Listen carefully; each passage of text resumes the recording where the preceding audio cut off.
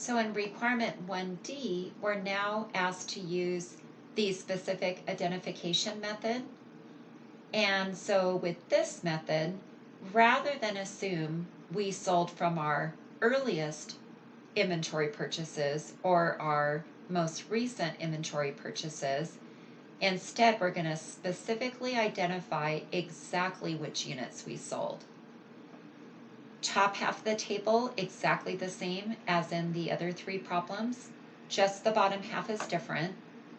And it tells us up here what assumption to make in terms of which specific units were sold.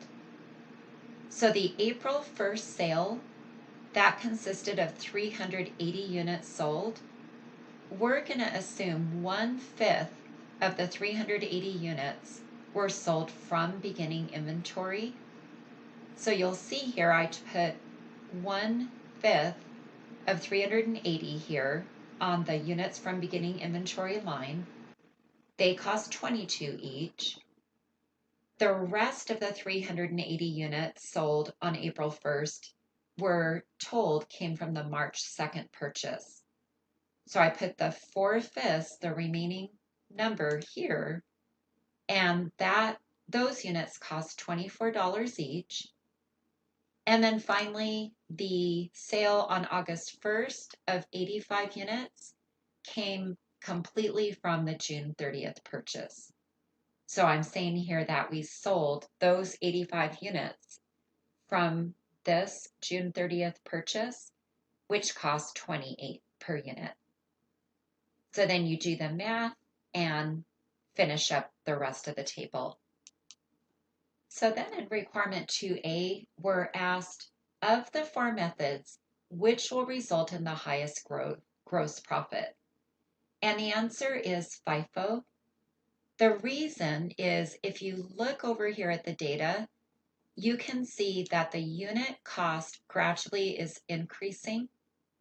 And with FIFO, we're assuming these earlier, less expensive inventory purchases are the ones that go into our cost of goods sold calculation. And so that's going to result in a smaller cost of goods sold and therefore a higher gross profit and higher net income. But then if we go to requirement 2B, it asks which method will result in the lowest income taxes. Well, income taxes will be lower if net income is lower. And LIFO is going to result in the lowest net income because LIFO assumes these more expensive, more recent last inventory purchases are the last ones, or excuse me, are the first ones that we sold. In other words, we're going to use these higher inventory costs to calculate cost of goods sold under LIFO, resulting in lower net income and lower income taxes.